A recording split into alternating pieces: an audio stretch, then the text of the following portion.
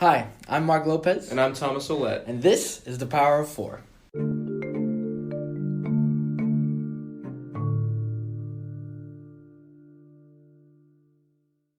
How you doing, Mark? I'm doing pretty good, buddy. How you doing? I'm doing all right.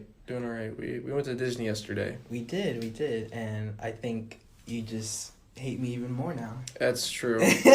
You've reached levels that I thought previously were not possible. We went to Disney and went to 3 parks. We were super tired. We're super tired now. A little bit, yeah. But I think we'll be okay. Anything else going on though in your week? Because I only saw you yesterday. I don't know how the rest of the week was for you. No, everything was pretty fine. But let me explain for those who are listening what happened with Mark yesterday. So there's 4 of us. Okay. we were waiting in line for some roller coasters or whatever. And while we were in line, we had to pass the time. So I was like, okay, let's play like a game where someone says a word, right. The next person says another word, and we have to make a story. Right. And so it was like, Mark, start. He would say the stupidest. even now, remembering it. My favorite was when I went. You said they started with Jack Sparrow's. Jack Sparrow's friends. Friends, and then I said Gibbs because Gibbs is his friend in the movie, and then Thomas just like, Gibbs. I just remember my eyes. Friends. And I was like, no, it could work. Semicolon. You can't put a semicolon there. That's Gibbs, not right. David, no, Daniel. you can't do that. And see, it was that the entire day. I loved it. From just a diss track marathon of songs in high school, right inside his conglomerate of a bedroom, to one of the most respected and well-liked music acts of Central Florida, Cortes is a mystery. But in that mystery lies a kid from small Linwood, Washington, a friend, a colleague, music lover, and anime specialist. He's just a regular guy who was nothing short of astounding. This is Carlito. Thinking for my nappy snapping, fruity grabbing, effervescent niggas. The ones with lady fingers that never pull the trigger cause they scared of guns and violent shit. Obsessed with the color violet spit and idly sit to wait. The patient ones waiting next to the patient, son in the ICU, but daddy always sees it. So today we are going to talk about one of the greatest up-and-coming rappers in history. But since we couldn't get him, we got Carlos. Yeah. That was to be the most melancholy thing I've ever heard. And then he hit it with that. I didn't even see it coming. Yeah, I didn't see that. It's coming, man. Came over there on the spot. How are you doing, buddy? I'm good. Can I curse? No, you can't. Damn. I'll say minor bad words. You know how there's That's the league perfect. of bad words? That's perfect. And there's just the 12 things you can't say on television? Yeah. Is that comedy Whoa, skit? what the heck? Or the 7 things you can't say on? That's a famous comedy set. Yeah, he took over. I don't even know what to do The now. League of Bad Words. He took over. I don't know what to do. The Sinister Six. Sinister 6 of bad words, but there's 12 of them. Yeah. Alright, so Carlos, tell us. Tell us who you are. Who Alright. are you, Yeah. Carlos Cortes? I'm Carlos. My pen name, Stage name? stage name. Pen name. Also, my pen name is What Carlito. stage There name? you go. Carlito the Griot. Where'd you get that name from? It's just my childhood nickname. Carlito? Like who called you that? Everyone in my childhood. It's because I was there's like 3 Carloses in my family, Ah, gotcha. and so I became Carlitos when I was the young one, and then I grew up and I'm still Carlitos or like Carlos. And you like, said Carlito Griot, so then where did the Griot yeah, Carlito the come Griot. Just because I made a mixtape called Griot, Oh, okay. and so I people just just thought it was that Carlito the Griot. I'm like, I don't know where you got that from. What does griot mean? Griot?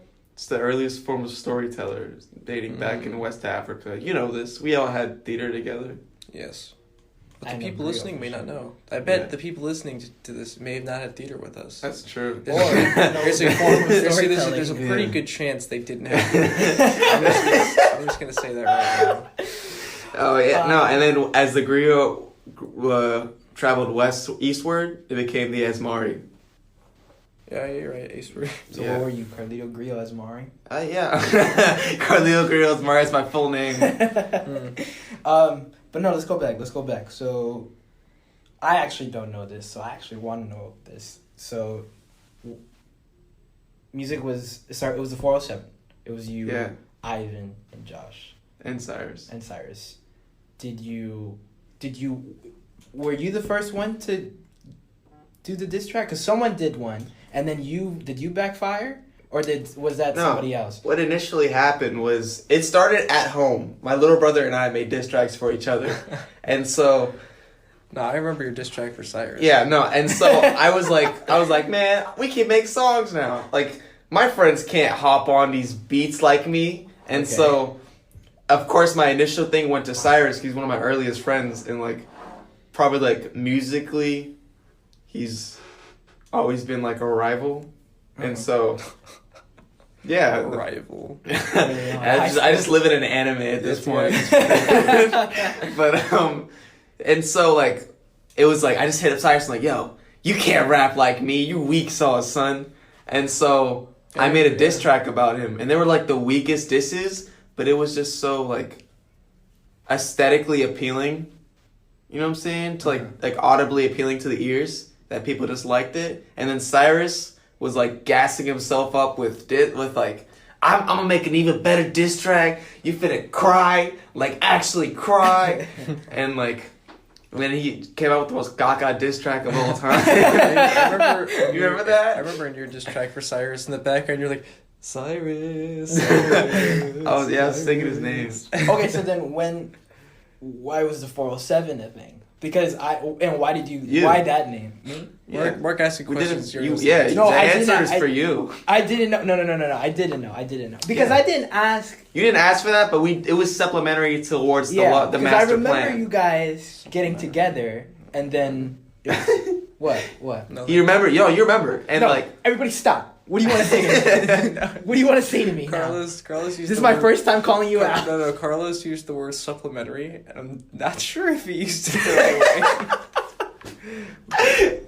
it was supplementary to the master plan. It was extra. Here, wait. Okay. You guys keep talking. I want to find. I had a conversation with Carlos over text. And Oh, me? No, it was with Carlos. It was Carlos.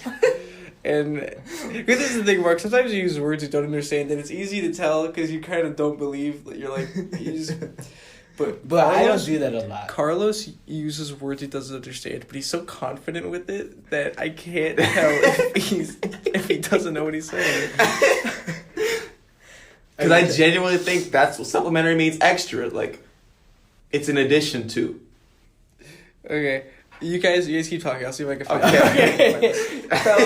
Okay. So actually, let's There's been many cases where I text you and you're just like, what did you just say? let's speed past that. Let's speed past that. Okay. Yeah. So you do the diss tracks. 407 Yeah. becomes a thing. Yes. It's you, Cyrus, Ivan, Joshua. You guys do songs together in school. Talk of the Town. You stay as a 407 during the summer. People off to college. So now you're in college, Yeah. but you're still doing music. Yeah. So the 407 is on a very fast hiatus, but you're doing Yeah. music now. But it's now just you. So what's going on here? Why Oh. did you go on? Why did you just keep going? I kept going because it felt like a form of like therapy, Mm-hmm. and like I don't know, not to be like voyeuristic, you know. Alright. Like to have my business. I'm gonna let that one slide. Just to let everybody know, Yeah. the moment he said that, both me and Carlos looked at Tyler. It's not like in a voyeuristic sense where I like people knowing my business, but it's more so like it's just me and the music. I understand. And it's all like a diary. I understand. So, what made you decide to make the first album, which is Griot? Because let's start with the first single, which was what? I still think about you. Dear my Nubian princess, I think about you. Dear my Nubian princess, I think about you. And we met when I sang with my throat instead my soul. You saw me from afar. So that was the first single. Yeah, that was the first one. Would you like to get into that, or do you just want to kind of like it doesn't have to be You can just say like, Yeah. It's just like a loosely based on like a high school girlfriend. yeah. So was that an easy song to write? I mean, I'd never experienced any bout with like love before, you know, and like I barely even talk to girls. Lucky you. No, I'm just kidding. And so, yeah, that was an experience. Like as far as everyone has a coming of age story, as far as my coming of age story, that's the start. You know. And that really hit off like pretty quickly. Yeah. No. Yeah, it's like So a bunch of plays. you make.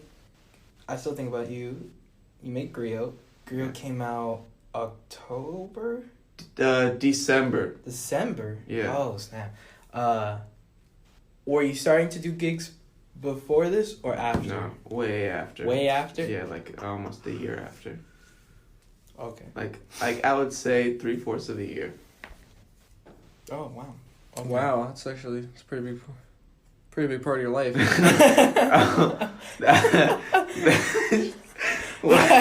don't know if you're serious or not. Okay. 3/4 of a year. Isn't that just 9 months? Did you hear him though? Did you hear him though? He was trying to say far. That was like but he went. That was He went like that. his semi-cynical like tone. Can we redo this? We gotta redo this.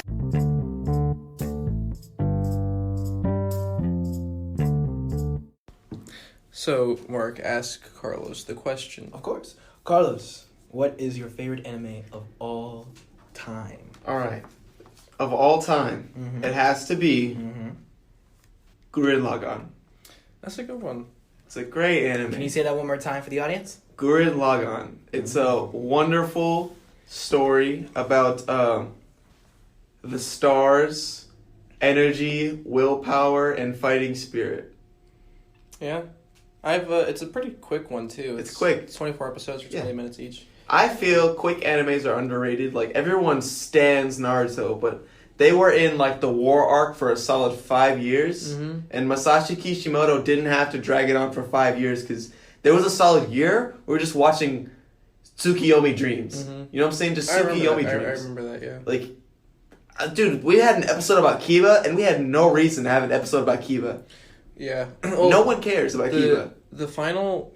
I remember in the game for Ninja Storm 3... Yeah, for the record, I don't really watch a lot of anime.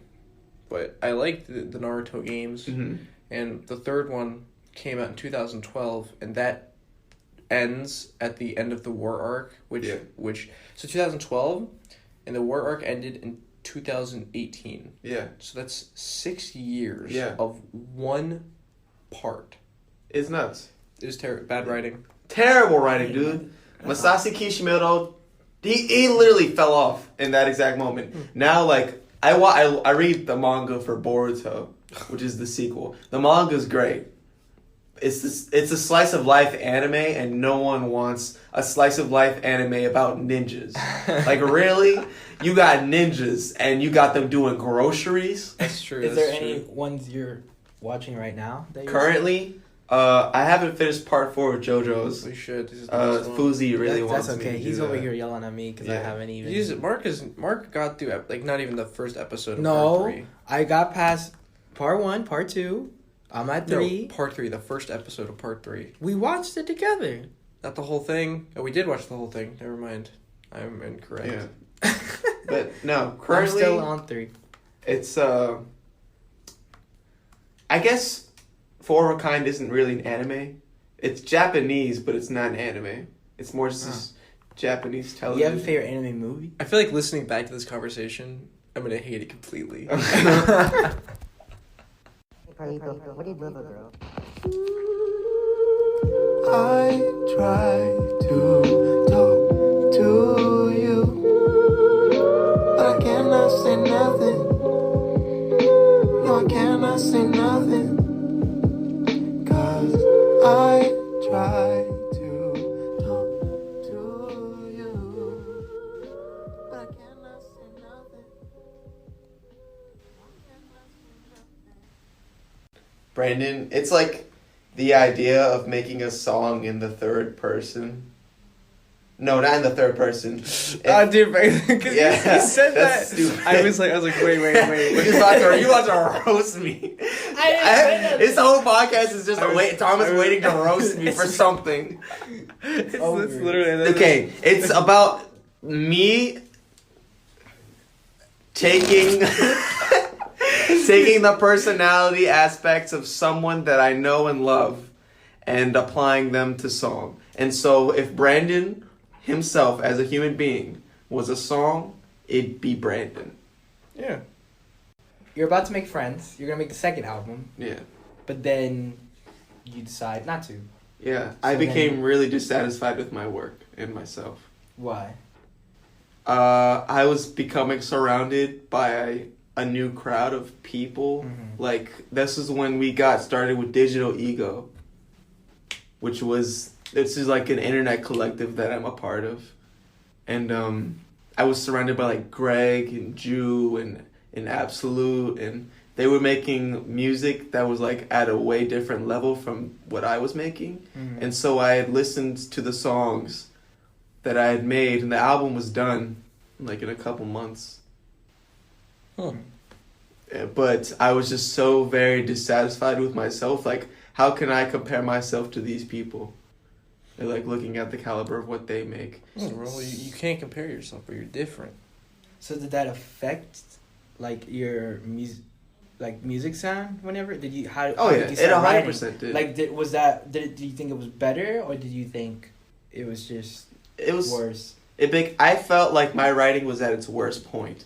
Like, we had made IOK1 before this, me and Cyrus, and like that was a peak in writing. What is IOK1? It's an EP that me and Cyrus made together in the winter, and we released it in like February. And it's SoundCloud specific. Like, I just wanted he and I just wanted to make something together, and it was amazing. So we're at that point. We have your biggest. I thought it was your biggest gig. I don't know. I can't really say that. The most important was the 19th, Would December you 19th. say that? Yeah. Okay. That was the most important. I had that night, and looking in the long run, that was a culmination, and everything that happened after that night was like. But why was that so Insane. important? Tell us Exactly. Yeah. Alright. So tell us. So, like- how your day was that day. That day, I was like near a panic attack all day. And, like, it was nuts because the night before, let me start like 24 hours before the gig. Alejandro announces to me that I will not be able to perform. I'm at his house. We are going to the goal was to pull an all-nighter and learn how to use Ableton Live because we had gotten What's Ableton Live? It's a production software. Oh, okay. It's one of our favorite producer artists utilizes it, and he utilizes it to the point where the workflow on Ableton is so fluid, especially with third-party instruments. And Is it hard to use? no, it's not at all. It's at the point it's so easy that they give you descriptions when you hover over things. This podcast is brought to you by Ableton. No, I'm kidding. I wake up at like 5 a.m, right? The next day, the day of the show. And I'm getting all my stuff prepared. I go over to Alejandro's house in the morning. I pick up the SP404, which is our modular Roland sampler that we utilize to play all of our music. Was that the thing you were holding? Yes, that was the thing I was holding. Yeah. Yeah, and so I pick up the SP404. I practice all morning and all evening because, fun fact, I can't multitask. That's my hamartia. Like, I do that just to look at your face. I hope you know that.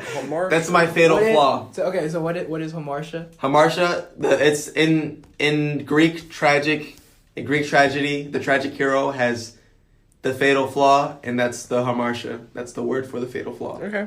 Like in Antigone, her fatal flaw is her stubbornness. Okay. And so, Gotcha. yeah, that's my fatal flaw. I can't multitask. And therefore, playing instruments and singing and rapping and remembering music at the same time just doesn't mix. That's why I carry a book with me when I performed. And so, for the first time, I couldn't have my book, which is kind of like a security blanket, and I had to press buttons by myself. As the night goes on, I'm like freaking out, and by this time it's like 5 o'clock, and I'm like, oh, we gotta get to this place. But if I drive right now, I'm either gonna like have like insane road rage because I'm gonna be driving on I-4, or I'm gonna have like a panic attack on the way there and like crash. And so I call Chris Hernandez. I'm like, Chris, I'm freaking out. Can you take me to this gig? I don't trust myself to drive. And he says, no, of course I got you. And so Chris, being the sweetheart that he is, he brought me some tea and drove to the gig. And the meme is that Chris is the worst driver of all time. But for that day, he pulled up and he drove on I-4, which he's never driven on before. Wow, what a cool guy. Yeah, what a great guy for that, you know. We get to the venue and the first couple people are up. I'm sitting at the bar drinking a water and I'm like freaking out. All my friends come.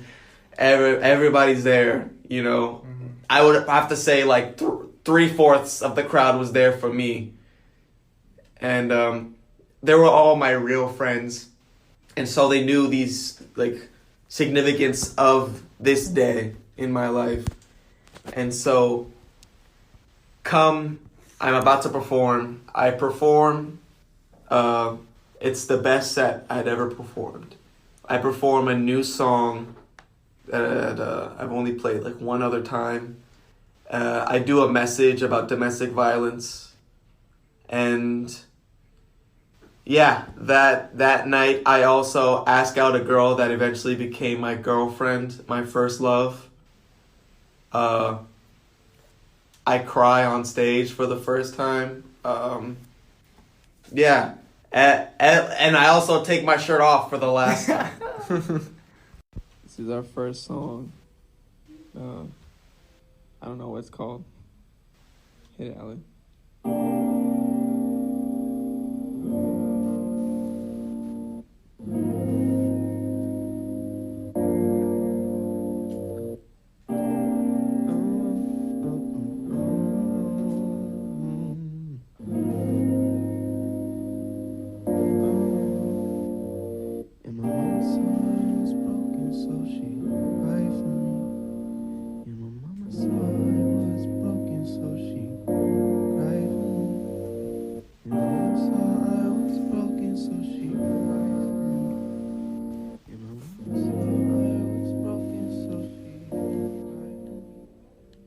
Well, Mama's like one of the 2 salvageable songs that I got out of that second album / mixtape. It was Battle, and then there was Mama, and so we just made the Head Ass collection out of the 2 of those. And Mama is about the time I was talking to a girl who I'm now very good friends with. She shut me down, and she was just like, I just want to stay friends. And I was really involved. And I was in it. I was in the thick of it. And so I went home, and I was just silent. And my mom like knew something was wrong. And so like the song is literally like the conversation my mom had with me. And like I wouldn't cry, and so she did, which was nice. And so that's my mom's favorite song because it's a true story, I guess. Okay, Tokyo Detention. What's that? Go. It's my lo-fi hip hop duo. As aforementioned, they're the people this is the thing I gig with, specifically. I used to gig by myself at like house parties with my solo music, but like I've felt immense comfort and artistic growth by forming a duo with Alejandro. Alejandro utilizes the SP as well as a plethora of other instruments in our sets, and honestly, I've never felt better. How'd you meet him? How'd I meet him? About a year and a half ago or 2 years ago now. I've known Alejandro low-key because we were mutual friends, but we just got into a kick chat with our friends Andy and Chris, and Alejandro's just like, I want to make beats for someone. And I was just like, hi, I'm Carlos, I rap. And he's like, I know that. Because you know Alejandro, he doesn't say, oh, okay. He says, I know that. And yeah, we've been good friends and partners ever since. I'm Carlos Cortes. I'm the vocalist and lyricist for Tokyo Detention. We are gigging constantly. I have like 3 gigs this month alone. I'll be writing. I'm going to start writing soon for CFL Media. And so expect some write-ups from me along with the rest of the CFL Media crew, where I'm going to be doing like music videos and traveling, and yeah, just I'm going to be experiencing life, and I'm excited. What's the thing you're excited for the most? Oh, changing my major. I found a great What's your major major? that I'll be converting. I was an accounting major, but I just switched my major, and I'll be pursuing this for the next couple years. I'll be transferring to UCF as an entertainment management major. There you go. That's good. I Yeah. didn't even think about that. Yeah, dude, it's an amazing major. I'm excited. The course material is great. I reviewed all of it. I have my prerequisites started already. Apart from already looking at it, I already had my prerequisites down. So it feels good. I feel comfortable and excited for these next coming years. Nice. And plus, I turned 21 this month, which is nice. Yeah. My one piece of advice would be to prioritize while also maintaining originality. Because people come to this realization somewhere down the line, like, I want to be a rapper and I want to devote my entire life to it. And 100%, like, kudos to you for doing that. But also, you can't abandon your earthly responsibilities just to devote yourself to becoming a rapper.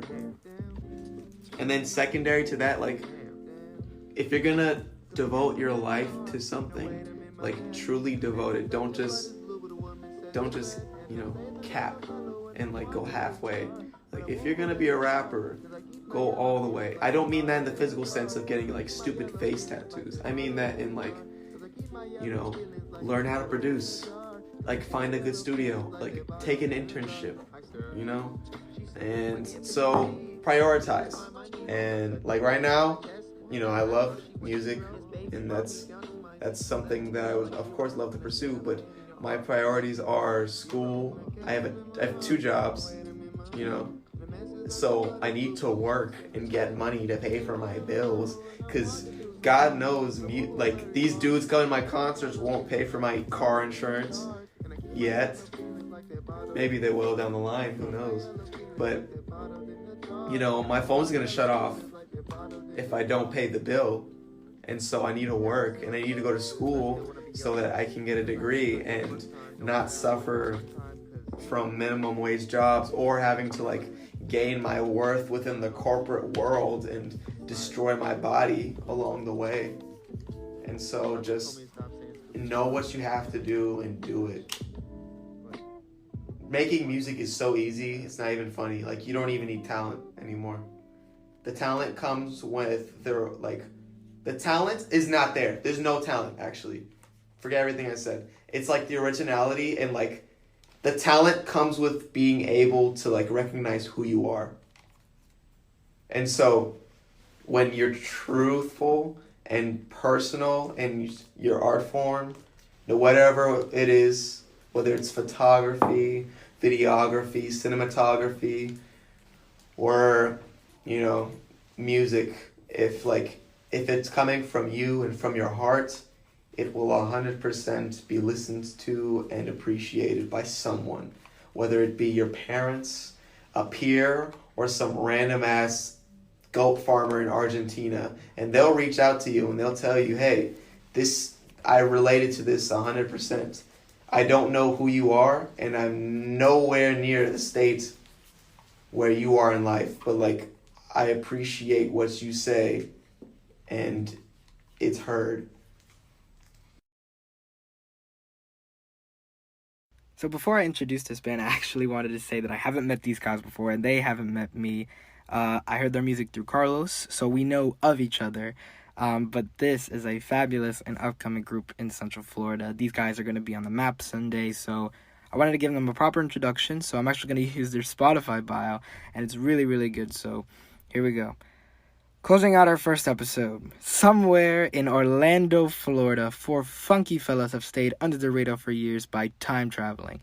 Now, after finally settled in 2019, they're setting out to show us the music of the future by jumping to the past and beyond.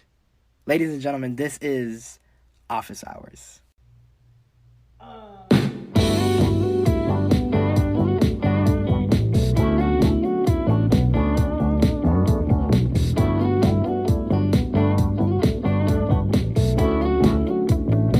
I wanna see you on a Sunday. Come and wake me up.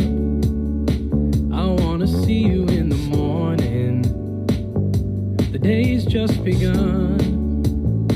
I don't need dinner in the moonlight. I can't see in the dark. I only wanna kiss your sunrise.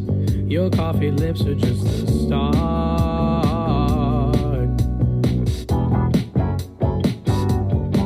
Pink skies never tasted so good. So damn good. Oh baby, I'll be the sunlight through your window.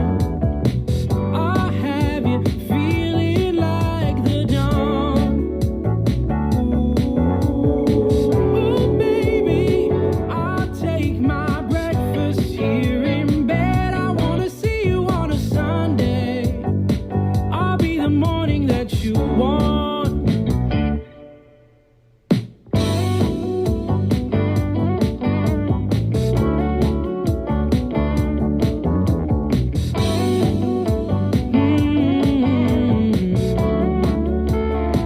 I wanna see you on a Sunday, maybe one more time. I never felt that kind of something, or that kind of high. I'm not too good at being patient, but I swear I'll try. It'd be okay to keep me waiting, if only you would stay the night.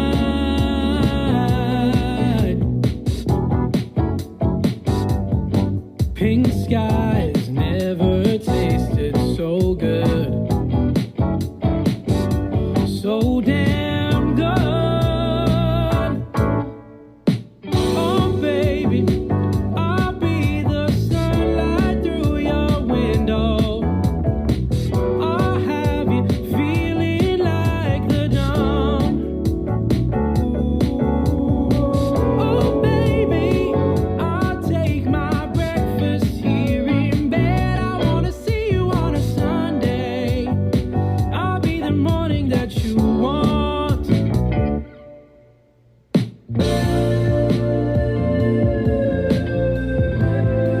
And the sun's coming up again.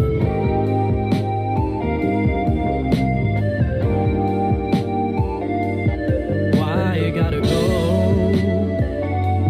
Why you gotta go?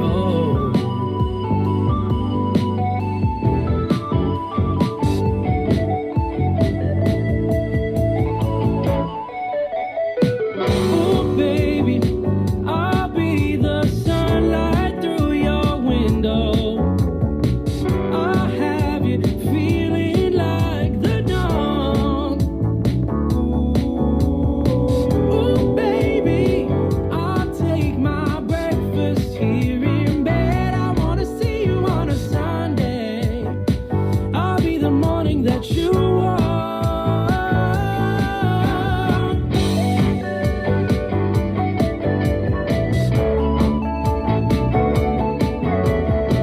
I'll have you feeling like the dawn.